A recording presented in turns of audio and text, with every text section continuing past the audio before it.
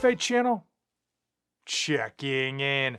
Jonathan here with another continuation of my Walt Disney World series. My family of 4 vacationed down to Disney in Orlando for over 7 days, and I am taking you along for all the ins and outs in hopes of helping you decide, number one, is Walt Disney World worth it? Should you drive? Should you fly? Where you should stay? How much you should expect to pay? And where you might be able to save money. In today's video, I am going to talk about the decision and the ultimate drive from Boston down to Florida. So if you are looking to enjoy this series and the continuation of this series, I'm dropping new videos every Wednesday at 1 p.m. So why did we drive all the way from Boston to Florida? Number one, the plane flight costs were ridiculous. I had expected to pay over $2,000 plus bags, plus parking, and plus transportation from the airport to the Disney hotel. And that was just too high of a price when I could drive. We factored in the cost of driving, and I will talk about the actual cost at the end of today's video,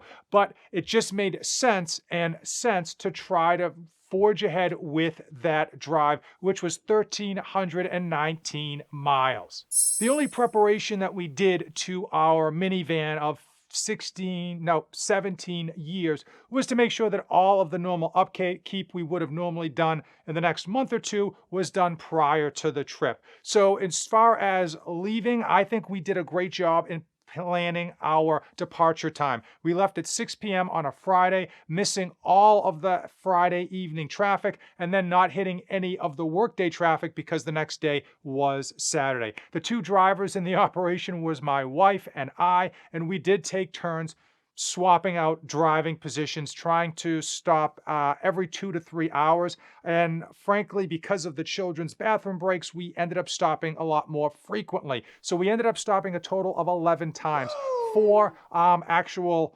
bathroom and gas breaks, and then 7 just random bathroom breaks because the kids didn't seem to sync up on the regular stop schedule.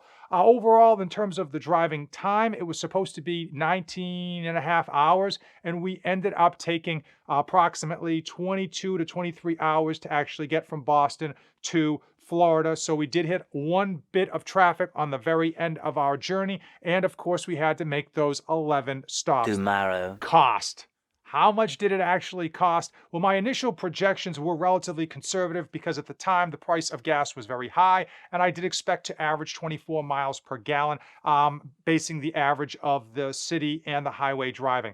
2 things happened that I think improved our overall cost. Number one, that the gas prices did come down substantially. There were a few places that I was able to even find gas under $4 a gallon, which at the time I did my calculations was really unthinkable. So I'm glad that we were able to save money that way. And number 2, because we stuck fairly close to the speed limit and we utilized cruise control and didn't hit traffic, I think we averaged above that 24 miles per gallon on our journey. Overall, as far as gas expenditure on the way down, was $217. And then unfortunately, we did have to pay $39 in tolls. There are a number of tolls throughout the trip. The biggest one being New York City. When you go over those bridges, they hit you very, very hard with those tolls.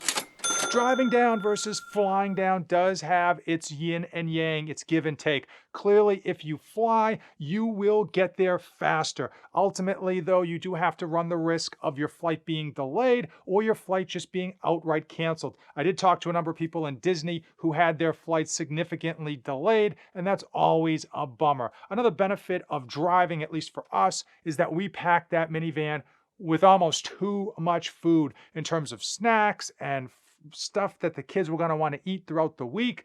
And another benefit of driving is that once you get to Disneyland, you do have your car, so that if you wanted to go to places that weren't in the loop of Disney buses, you could, and you didn't have to utilize an Uber or a Lyft. The biggest unsung hero, and probably something that saved us a substantial amount of money, was the ability to bring so many snacks along for the trip. It allowed us to essentially eliminate the need to have a breakfast at the hotel. We were able to eat inside our hotel room. We had all the breakfast food, cereals, and everything else the kids normally eat. Also, we were able to bring snacks snacks into the park. So whenever the kids were hungry, we didn't have to wait in line. We were able to just hand them the snacks that we brought. We knew they were going to eat and they were going to like. And the park food, while very good and have some awesome options, can be expensive, and it can be a very big delay while you wait in line to get that food, find a place to sit down and eat it, and so on and so forth.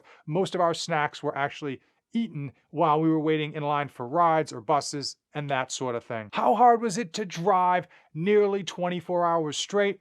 And the truth is, it wasn't easy, but it was a lot easier than I had initially thought it would be. I think the big portion of that was that we hit no traffic whatsoever, and that clearly plays a big factor in your energy levels. Also, when we did make our stops, we made a point of to having the kids do some laps, run around, burn off some energy, and we made a point as ourselves to do a very good amount of stretching so that once we got back in the car, we were just a little bit more refreshed. Now, we did switch off our driving, so we almost did equally 50-50 in terms of the hours of driving. And I think if we had had a third driver, it would have been exceptionally easy. And now it's time. It is time for the million-dollar question. Would I drive down to Florida again on a future family vacation? And the answer is absolutely. There was a substantial amount of financial savings on driving versus flying. Easily at least $1,500 just based on the base price of the flight, but I think that was closer to $2,000 when you factored in a lot of the extra stuff. Also, I have to imagine conservatively, we easily saved $300 by bringing our own food along with us rather than having to buy every piece of food at the hotel or at the Disney park. Now, if you came this far in the video, you and I are like Mickey and Minnie. We are best friends. I'm going to drop new Disney videos every Wednesday at 1 p.m. and hopefully they are beneficial to you if you plan to be heading down to Disney World in 2022 or even 2023. As usual, thank you so much for watching, and don't save anything for the trip back.